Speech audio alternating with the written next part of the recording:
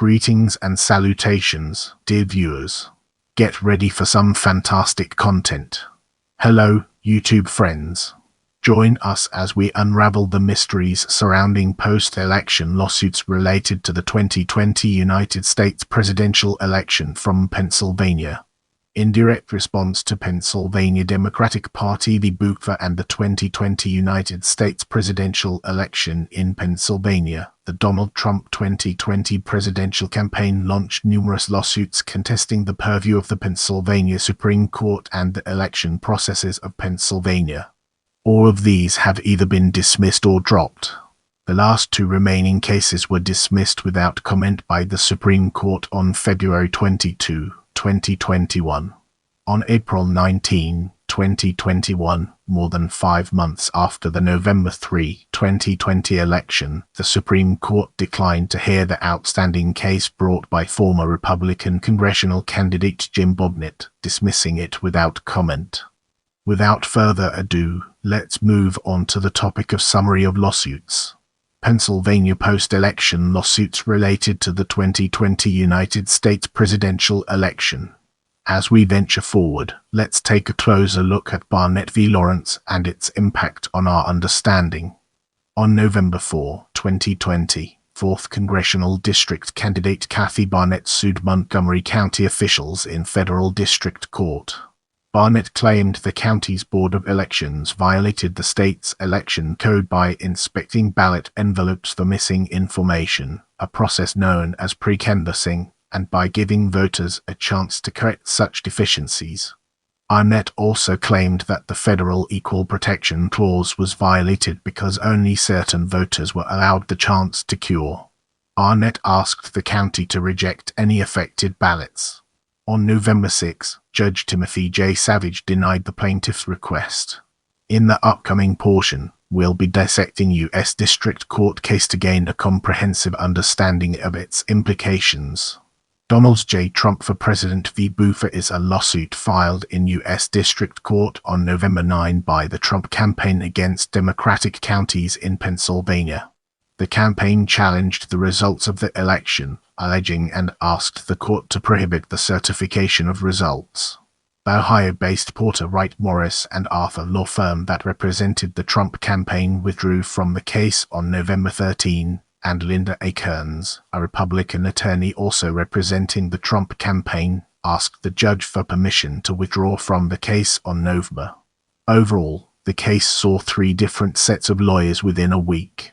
When the judge asked Trump's lawyer, Rudy Giuliani, on why the plaintiffs did not advance legal claims based on voter fraud, Giuliani replied that this is not a fraud case. Giuliani had previously made public claims of fraud, absolute fraud in the election. Fellow Trump lawyer Linda Kearns also agreed that this lawsuit was not based on allegations of fraud or misconduct. Judge Matthew W. Brand dismissed the case with prejudice on November, citing strained legal arguments without merit and speculative accusations, noting that in the United States of America, this cannot justify the disenfranchisement of a single voter, let alone all the voters of its 6th most populated state. A people, laws, and institutions demand more. He likened the Trump team argument to Frankenstein's monster and characterized the requested remedy to disqualify nearly 7 million votes as unhinged from the underlying right being asserted.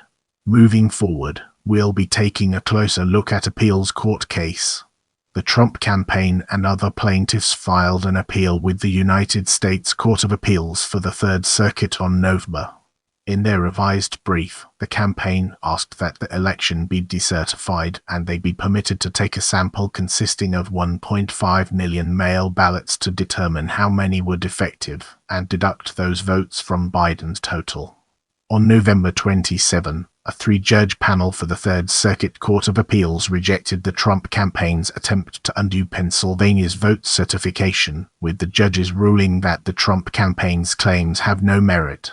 The panel stated that the Trump campaign was challenging far fewer ballots than Biden's margin of victory, and it never claims fraud or that any votes were cast by illegal voters.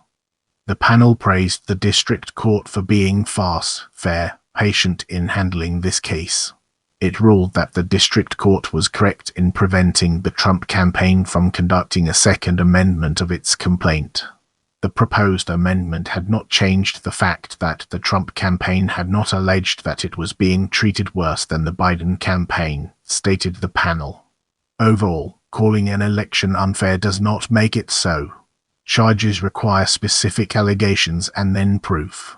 We have neither here, stated the panel. Of the 3 appeal court judges, Stephanos Bibas, who delivered that opinion, was appointed by Trump, while judges D. Brooks Smith and Michael Chagas were appointed by Republican President George W. Bush. Trump campaign attorney Jenna Ellis reacted to the verdict by condemning the activist judicial machinery in Pennsylvania. Ellis also said that an appeal would be taken to the United States Supreme Court. Let's now shift our focus to Donald J. Trump for President v. Boockvar and T. of elections and explore the ways in which it shapes our perspective. Donald J. Trump for President v. Kathy Boockvar and County Boards of Elections is a lawsuit filed in the Commonwealth Court of Pennsylvania on November 4 by the Trump campaign. The campaign challenged guidance from the Pennsylvania Secretary of State Kathy Boockvar, who told voters they had until November 12 to provide proof of identification in order for their ballots to be counted, 3 days past the deadline set by state law. The judge ruled that ballots are not to be counted if identification has not been shown by November 9. This ruling affected a small number of ballots that were not included in the vote count. Let's now venture into the realm of Donald J. Trump for President v. Boockvar of elections and explore the fascinating intricacies it holds. Donald J. Trump for President Inc. v. Bucks County Board of Elections is a lawsuit filed by the Trump campaign and others in the Pennsylvania Court of Common Pleas on November 9, 2020. The plaintiffs appealed the decision of the board to count over 2,200 ballots that lacked a date or voter address, or were not sealed with secrecy sleeves, claiming the votes are invalid.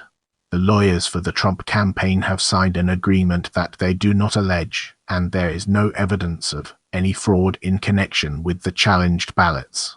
They also declared that they were not alleging votes from dead people, misconduct, or impropriety related to those ballots, and had no evidence of such happenings. Judge Robert O'Baldy denied the plaintiff's petition and ordered all ballots to be counted. The Trump campaign appealed the decision. On November 25, the Commonwealth Court also ruled that all ballots should be counted. The Trump campaign filed an emergency petition in the Pennsylvania Supreme Court, asking for review of the case, and on December 8, the court denied the petition for appeal. Now, it's time to shift gears and explore Donald J. Trump for President v. Montgomery County of Elections. Donald J. Trump for President v. Montgomery County Board of Elections is a lawsuit filed in the state's trial court on November 5, in which the Trump campaign sought to stop Montgomery County from counting ballots. The county's Board of Elections allowed about 600 voters to fill in missing information on ballot envelopes before Election Day. The campaign argued for the ballots to be disqualified, but the judge ruled the instructions provided to voters were consistent with election law. During the hearing, the judge asked the lawyer for the Trump campaign, Jonathan Goldstein, if Goldstein was claiming that there is any fraud or any undue or improper influence upon the elector with respect to these 592 ballots. Goldstein replied no. Goldstein's answer to the court was consistent with the pleadings in the case brought by Goldstein, which pleadings did not allege fraud and only made a technical challenge to the counting of certain ballots due to certain facial defects in those ballots. The Bucks County Common Pleas Court ruled the ballots should be counted. Pennsylvania's Intermediate Appellate Court, the Commonwealth Court, later ruled that certain Allegheny County ballots to which a similar challenge was made should not be counted for the reasons Goldstein argued in the Bucks County pleading, namely that the ballots did not comply with Pennsylvania's laws governing the technical requirements of casting a ballot. In this section, we'll be exploring Donald J. Trump for President v. Philadelphia County of Elections. Donald J. Trump for President v. Philadelphia County Board of Elections is a lawsuit filed in federal court on November 5, in which the Trump campaign sought to stop ballot counting in Philadelphia. The campaign argued that poll observers were not allowed in the counting room, but later admitted some observers were present. No ballots were at issue, and the case was settled upon mutual party agreement that Republicans and Democrats could each have up to 60 poll watchers present to observe vote counting. The admission that Trump's observers were in the counting room contradicted Trump's later claims that his observers were prevented from entering vote counting rooms in Pennsylvania. One of the Trump campaign's lawyers in the case, Jerome Marcus, filed a motion in federal court on January 7, 2021, arguing that Trump has used the lawyer's services to perpetrate a crime and that Marcus should therefore be allowed to withdraw from the case as a matter of principle. As we enter this new phase, let's uncover the impact of Ham v. Boockvar on our broader topic. Ham v. Boockvar is a lawsuit filed in the Commonwealth Court of Pennsylvania on November 3. Pennsylvania's Secretary of State, Kathy Boockvar, issued guidance that local election officials could allow voters who cast defective ballots to redo their vote by casting a provisional ballot. The plaintiffs, several candidates who ran for office, argued that such guidance is illegal. The court ordered counties to set aside any provisional ballots cast by voters who sought to remedy defective initial ballots, and said it would rule on those ballots' validity at a later date. Let's transition to In Re. Canvass of Absentee and Mail-in Ballots of November 3, 2020, Gen. Election and uncover its significance. Each lawsuit in this set of 5 against Philadelphia County Board of Elections is called In Re. Canvass of Absentee and Mail-in Ballots of November 3, 2020, General Election. Each identifies a different issue about how voters completed the declaration on their outer ballot envelope. The 5 lawsuits were filed in the PA Court of Common Pleas, the state's trial court, on November 10, in which the Trump campaign sought to disqualify over 8,000 absentee ballots counted by state officials. The ballots had outer envelopes which were signed by the voters but lacked various other information filled out on the declaration on the envelope. Judge James Crumlish denied all challenges to the ballots. On appeal to the PA Commonwealth Court, the 5 cases were combined into one. Before oral arguments, the case was transferred to the Pennsylvania Supreme Court, where the court rejected the Trump campaign's appeals on November 23. Brace yourselves for the next chapter, where we'll be dissecting In Re. Canvassing Observation. In Re. Canvassing Observation is a lawsuit filed on November 3, in which the Trump campaign sought closer access for poll observers to watch vote counting. The trial court ruled against the campaign that a 15-foot distance was adequate. On appeal, the Commonwealth Court of Pennsylvania sided with the campaign and ordered that poll observers be allowed to watch from a distance of 6 feet. On November 9, the state filed an appeal to the Pennsylvania Supreme Court. The Supreme Court of Pennsylvania ruled on November 17 against the Trump campaign, saying Pennsylvania law requires only that observers must be allowed in the room where ballots are counted but does not set a minimum distance between them and the counting tables. Local county officials are left to decide. Chief Justice Thomas Saylor dissented, saying he would have declared the issue moot. Our focus now turns to In Re. Motion for Injunctive Relief of Northampton T. Republican Committee, an important aspect of our discussion. On November 3, 2020, a group including Republican candidates and officials made an oral motion in state court, asking the court to prevent the Northampton Board of Elections from identifying cancelled ballots in order to help voters cure them. The court denied the motion. Let's now venture into the realm of Kelly v. Pennsylvania and explore the fascinating intricacies it holds. On November 22, 2020, U.S. Representative Mike Kelly and 6 other Republican representatives filed a suit in the Commonwealth Court of Pennsylvania that claims that the Pennsylvania General Assembly had no authority under the state constitution to enact no-excuse mail-in voting. They sued to stop the certification of electors until the issue could be resolved. The legislation in question is Act 77, Act of October 31, 2019, 552, No. 77. It was passed on October 31, 2019, and allowed voting by mail without providing an excuse, which was previously required. The bill was passed in the Republican majority assembly with near unanimous support by the Republicans. Pennsylvania joined 31 other states and Washington, D.C., with mail-in voting without excuses. On November 25, Judge Patricia McCullough ruled to halt further state certifications pending a hearing. The state attorney general responded by filing an immediate appeal to the state Supreme Court, which triggered an automatic stay on Judge McCullough's order. On November 25, the Department of State issued a press release dated November 24, stating, following certification of the presidential vote submitted by all 67 counties late Monday, Secretary of State Kathy Boockvar today certified the results of the November 3 election in Pennsylvania for President and Vice President of the United States.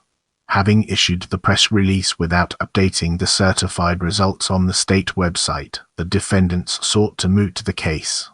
On November 27, Judge McCullough issued an opinion that explained her ruling to block the certification process, arguing that there is a reasonable constitutionality argument the certification process had not been completed, and that the certification announcement was only for the president-vice president race and not for the other races on the ballots.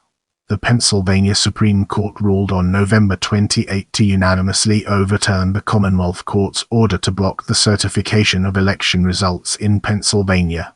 The Pennsylvania Supreme Court also dismissed with prejudice the requests of the Republicans to either invalidate all 2.5 million mail-in ballots in Pennsylvania, or to invalidate all 6.9 million ballots in the state and have the state's Republican-controlled legislature choose the presidential electors for the state.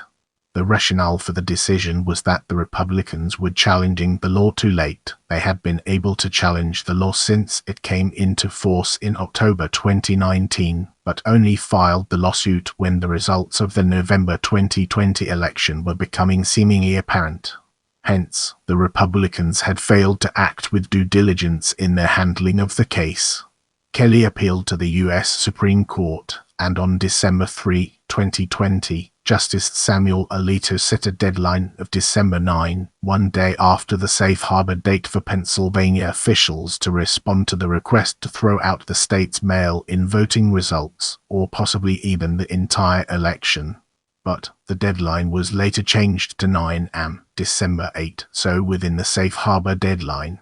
In complying with the change, the Commonwealth's attorneys stated, "Petitioners ask this court to undertake one of the most dramatic, disruptive invocations of judicial power in the history of the Republic. No court has ever issued an order nullifying a governor's certification of presidential election results. And for good reason. Once the door is open to judicial invalidation of presidential election results, it will be awfully hard to close that door again. The loss of public trust in our constitutional order resulting from the exercise of this kind of judicial power would be incalculable." On December 8, 2020, the Supreme Court rejected the request in a one-sentence, unsigned order. By the time of the High Court's decision, the Pennsylvania election results had been certified in Biden's favor. In this part of the video, we'll be diving deep into Perkel v. Wolf and unraveling its profound impact. On November 10, 2020, 4 voters sued to block votes from being counted in Philadelphia, Montgomery, Delaware, and Allegheny counties. The plaintiffs claimed the state violated the Equal Protection Clause by allowing counties to have varying practices for mail-in ballots. Porter Wright, the law firm that represented the Trump campaign, asked to withdraw. On November 16, the plaintiffs voluntarily dismissed the suit. The claims made by plaintiffs in this lawsuit are similar to Brooks v. Mahoney and Bally v. Whitmer. These lawsuits were all filed by conservative lawyer James Bopp. The plaintiffs also cited Trump v. Boockvar. Now, let's shift our perspective and explore November 12 lawsuit through a fresh lens, unlocking new perspectives. On November 12, 2020, Nicole Ziccarelli, a Republican state Senate candidate, sued the Allegheny County Board of Elections in state court. The plaintiff claimed that the board improperly counted 2,349 mail-in ballots that were not dated by the voter, and sought to exclude these votes from being counted. On November 18, 2020, the state's Court of Common Pleas denied the plaintiff's request, ordering the votes to be counted. Ziccarelli appealed the decision on November 19. The following day, the state's Commonwealth Court ruled that the election code requires the voter to date their ballot, and the 2,349 ballots in question should not be counted.